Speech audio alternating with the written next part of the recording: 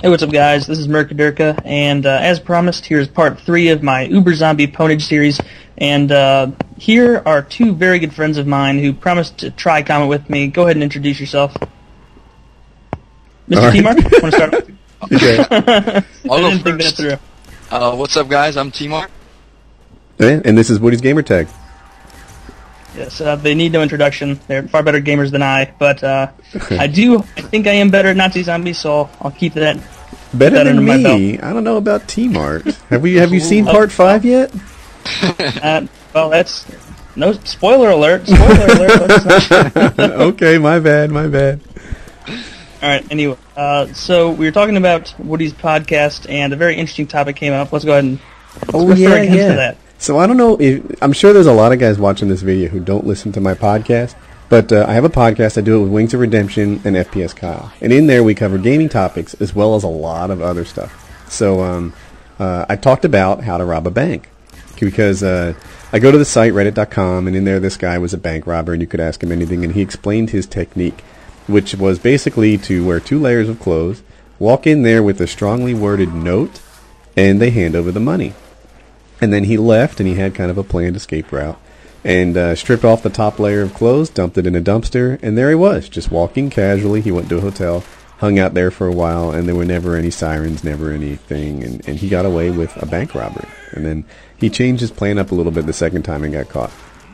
But it turns out that banks have a policy of handing over cash when you give them a strongly worded note, that they don't resist, they don't call the police or anything like that. They just give them the cash and avoid any kind of violence. So shortly after the podcast, this guy in Toronto robbed 4 banks using my strongly worded note technique successfully within 1 hour. So I don't want to say that the podcast can make you tens of thousands of dollars per hour, but I'm just throwing it out there. So not only are you an accomplice to murder, you're almost like the Ocean's 11 guys. You're just a genius.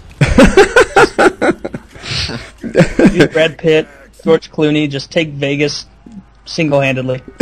Yeah, I wonder if the Bellagio has a policy of handing over poker chips from a strongly worded note. Maybe we have some insane subscribers out there who'll give it a go. Or maybe not. We shouldn't encourage that.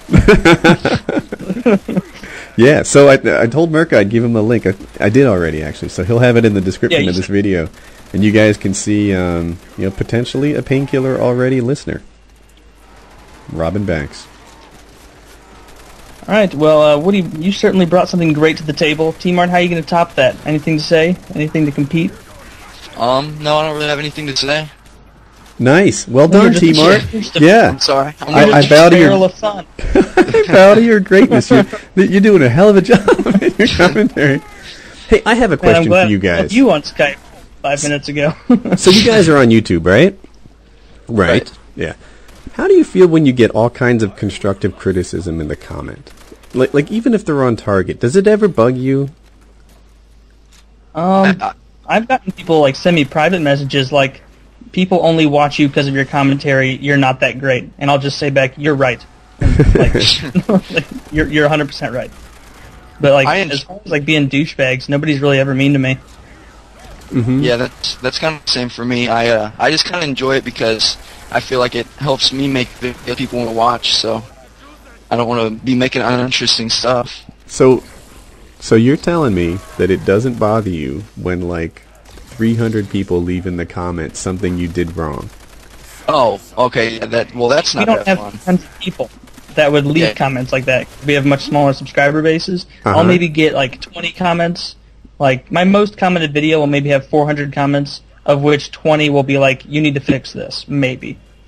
So I just don't notice it as much. Yeah, and in the case I'm talking about, they're always right? It's not like I played an error-free game, or that I didn't miss this guy or whatever. But I posted like 130 some videos so far. You're gonna have mistakes in them.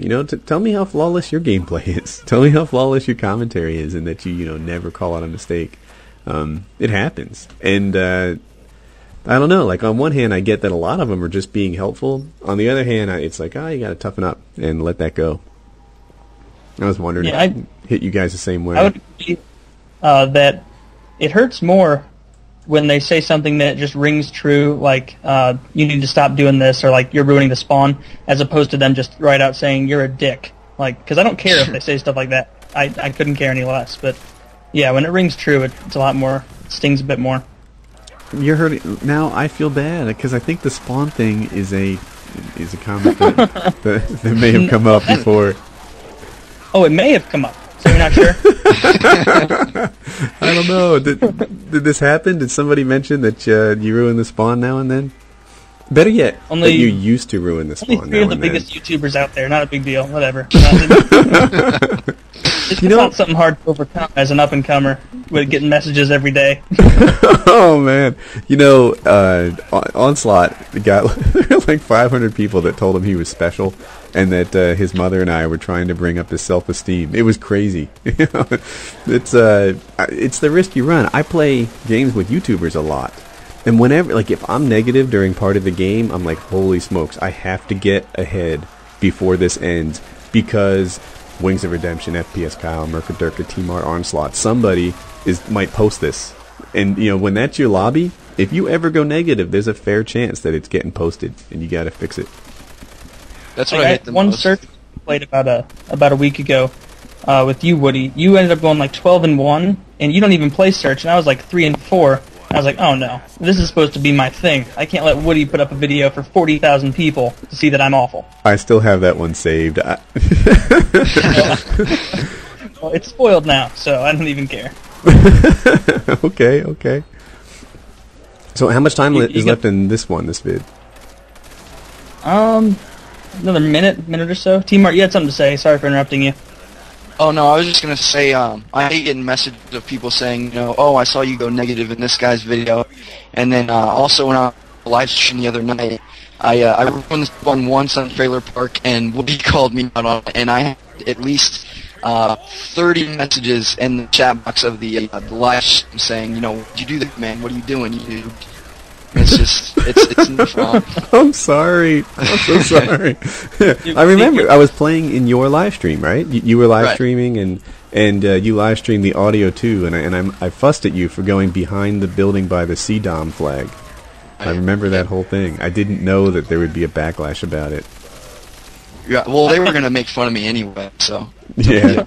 I actually have a game recorded where I have the audio recorded, where I was playing with you, Socrates, and 2 other people, Woody, and we were, it was Team Tech domination on a high-rise, and I went into their spawn, and all you said was, damn it, and then you just left. And then, oh, I remember that.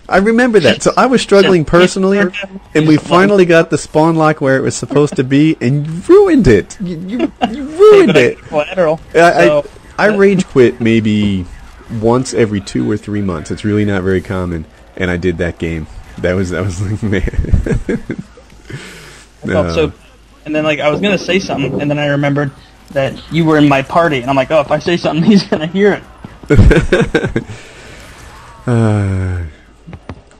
right. Well, this one is pretty much boiling down to an end here, but yeah, if you guys are watching this right now, we're about to go do another commentary over this same thing that you guys will probably see a few days after you see this one. It's almost like talking back in time. I don't know how to explain it.